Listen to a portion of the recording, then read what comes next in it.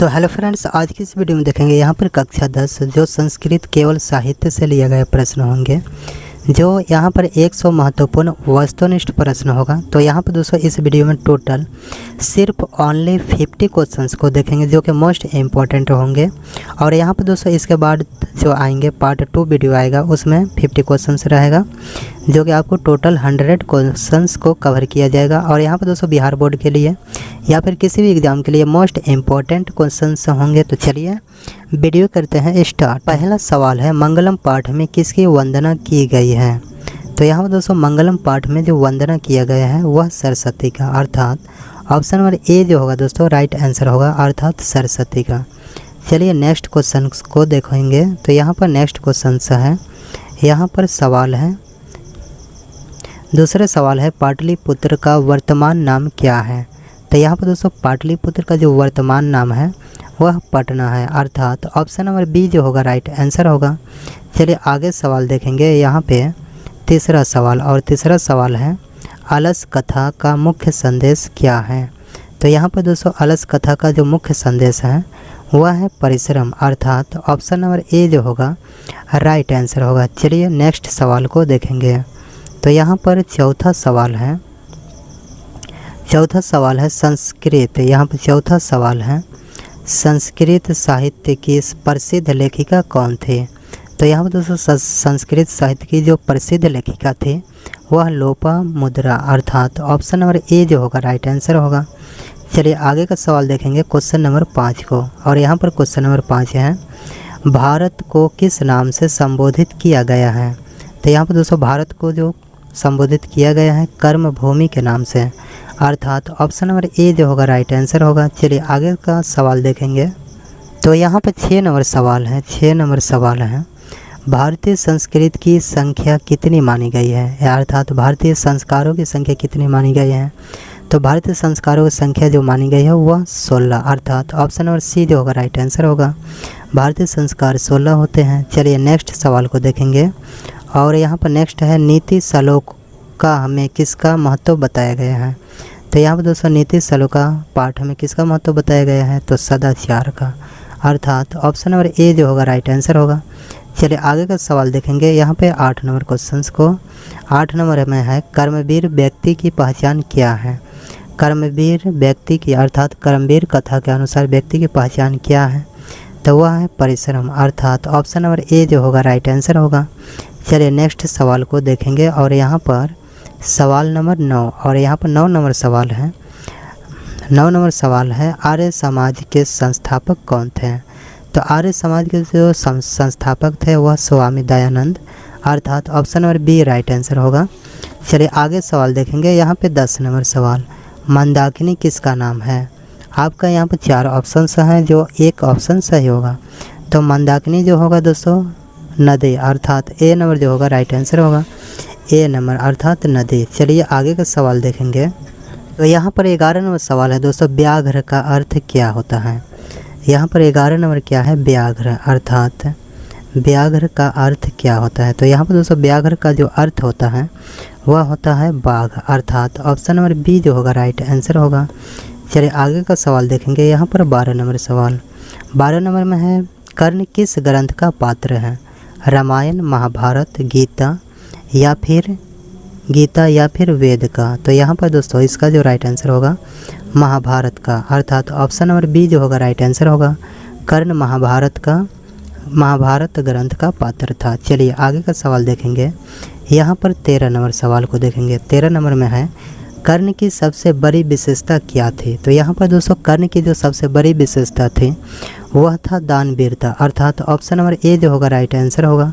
चलिए आगे का सवाल देखेंगे। यहाँ पे 14 नंबर सवाल को, 14 नंबर सवाल है, विश्व शांति का आधार क्या है?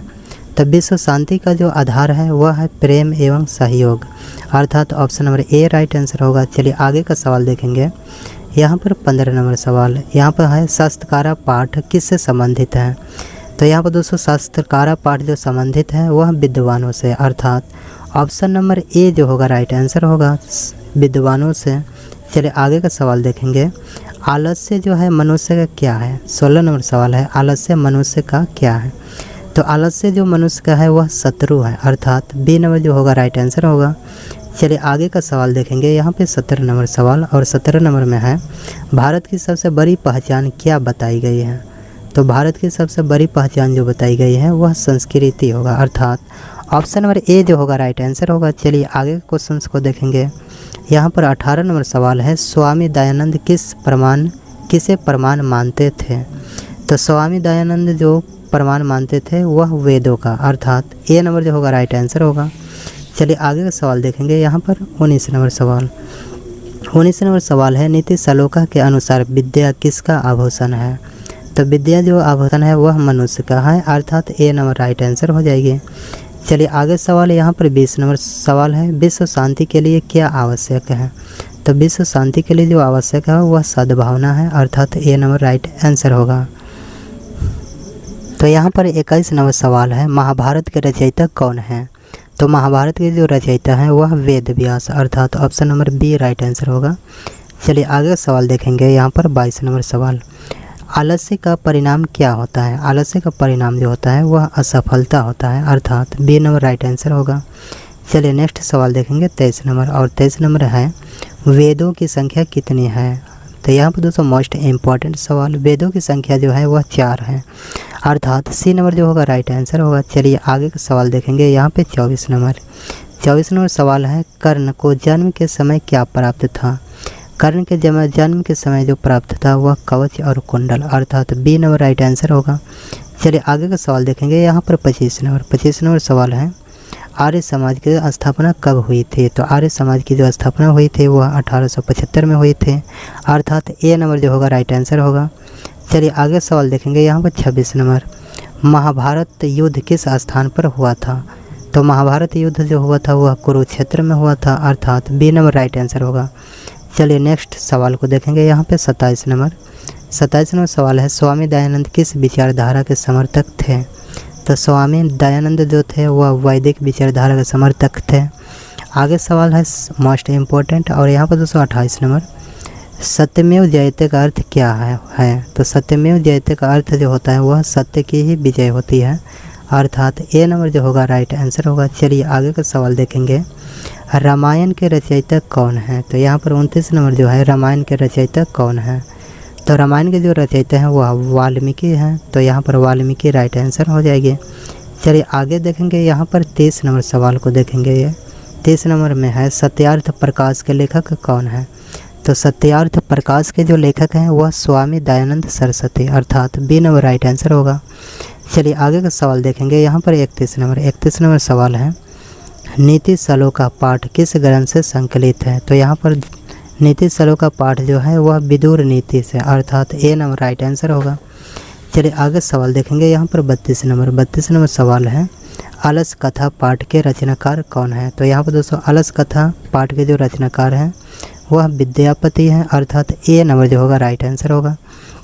चलिए आगे का सवाल देखेंगे। यहाँ पर 33 नंबर सवाल है वृषवर कैसा था। तो यहाँ पर दोस्तों वृषवर जो था वह दानशील व्यक्ति था, अर्थात दानशील मंत्री था। तो यहाँ पर सी नंबर राइट आंसर हो जाएगी। चलिए आगे सवाल देखेंगे। यहाँ पे 34 नंबर सवाल है जनक की सभा में शस्त्रार्थ कुशलता कौन थे। तो यहाँ पर दोस्तों जनक की सभा में जो शस्त्रार्थ कुशलता थे वह गार्गी थे, अर्थात बी नंबर जो होगा राइट आंसर होगा गार्गी। चलिए नेक्स्ट सवाल को देखेंगे। और यहाँ पर 35 नंबर जो सवाल है वाल्मीकि रामायण से कौन सा पाठ संकलित है। तो यहाँ पर दोस्तों इसमें ऑप्शन हैं विश्व शांति, और यहाँ पर कारणास्य दानवीरता नीति श्लोका मंदाकिनी वर्णनम। तो यहाँ पर दोस्तों इसका राइट आंसर होगा मंदाकिनी वर्णनम, अर्थात ऑप्शन नंबर डी जो होगा राइट आंसर होगा। तो यहाँ पर दोस्तों आगे का सवाल है हिरण्यन पात्रन दृष्टाय यह मंत्र किस उपनिषद से उद्धत है। तो यह जो है ईशावास्य उपनिषद से, अर्थात ए नंबर जो होगा राइट आंसर होगा। चलिए आगे का सवाल देखेंगे। यहाँ पर 37 नंबर सवाल है दामोदर गुप्त ने किस काव्य की रचना की। तो यहाँ पर दामोदर गुप्त ने किस काव्य की रचना की। तो यह की थी कुटनीमत, अर्थात ऑप्शन नंबर डी जो होगा राइट आंसर होगा। चलिए आगे का सवाल देखेंगे। यहाँ पर 38 नंबर सवाल है पुंसवन संस्कार कब होता है। तो पुंसवन संस्कार जो होता है वह जन्म के पहले होता है, अर्थात सी नंबर राइट आंसर होगा। चलिए आगे का सवाल देखेंगे। यहाँ पर सवाल नंबर 39, पिंगल किस वेदांग शास्त्र के प्रवर्तक आचार्य हैं? तो यह जो है छंद, अर्थात ऑप्शन नंबर बी जो होगा राइट आंसर होगा। चलिए आगे देखेंगे। यहाँ पर 40 नंबर सवाल है, भारत महिमा पाठ का प्रथम पद किस पुराण से संकलित है? तो यहाँ पर दोस्तों अगर प्रथम पद की बात किया जाए तो विष्णु पुराण होगा, द्वितीय पद की बात किया जाए तो भागवत पुराण होगा। तो यहाँ पर इसका जो राइट आंसर होगा ऑप्शन नंबर ए होगा, विष्णु पुराण। चलिए नेक्स्ट क्वेश्चन से है, मैत्रेयी कौन थे? मैत्रेयी जो थी वह याज्ञवल्क्य की पत्नी थे। कौन थे? याज्ञवल्क्य की पत्नी थे। डी नंबर राइट आंसर होगा। चलिए आगे का सवाल देखेंगे। यहाँ पर 42 नंबर सवाल है, भारत किससे सदा सेवित है? आपका ऑप्शन से है नदियों से, पर्वतों से, सागरों से और इनमें से सभी। तो इसका जो राइट आंसर होगा तो इनमें से सभी, अर्थात ऑप्शन नंबर डी जो होगा राइट आंसर हो जाएगी। चलिए नेक्स्ट सवाल को देखेंगे। यहाँ पर 43 नंबर, कर्मवीर कथा पाठ में किसकी कथा है? तो कर्मवीर कथा पाठ में जो है वह राम प्रवेश राम की, अर्थात ए नंबर राइट आंसर होगा। नेक्स्ट सवाल को देखेंगे। यहाँ पे 44 नंबर, भीखन टोला गाँव कहाँ है? तो भीखन टोला गाँव जो है वह बिहार में है, अर्थात बी नंबर राइट आंसर होगा। चलिए आगे का सवाल देखेंगे। यहाँ पर 45 नंबर, पटना में गंगा नदी पर कौन सेतु है? तो पटना में गंगा नदी पर जो सेतु है वह गांधी सेतु है, अर्थात सी नंबर जो होगा राइट आंसर होगा। चलिए आगे सवाल देखेंगे। यहाँ पर 46 नंबर सवाल है, प्राचीन काल में शिष्य को क्या कहा जाता था? तो प्राचीन काल में शिष्य को ब्रह्मचारी कहा जाता था, अर्थात ए नंबर राइट आंसर होगा। चलिए आगे सवाल देखेंगे। यहाँ पर 47 नंबर, चित्रकूट स्थित गंगा का वर्णन किस पाठ में है? तो चित्रकूट स्थित गंगा का वर्णन जो है वह मंदाकिनी वर्णनम, अर्थात यहाँ पर मंदाकिनी वर्णनम, अर्थात ऑप्शन नंबर सी होगा। चलिए आगे का सवाल देखेंगे। यहाँ पे 48, इंद्र किस रूप में कर्ण के समक्ष आया? तो इंद्र जो आया था ब्राह्मण के रूप में, अर्थात ऑप्शन नंबर डी जो होगा राइट आंसर हो जाएगी। चलिए आगे का सवाल देखेंगे। यहाँ पर 49 नंबर, और यहाँ पर 249 नंबर में यहाँ पर वागदान होगा। क्या होगा? वागदान होगा, वागदान पढ़ेंगे इसको।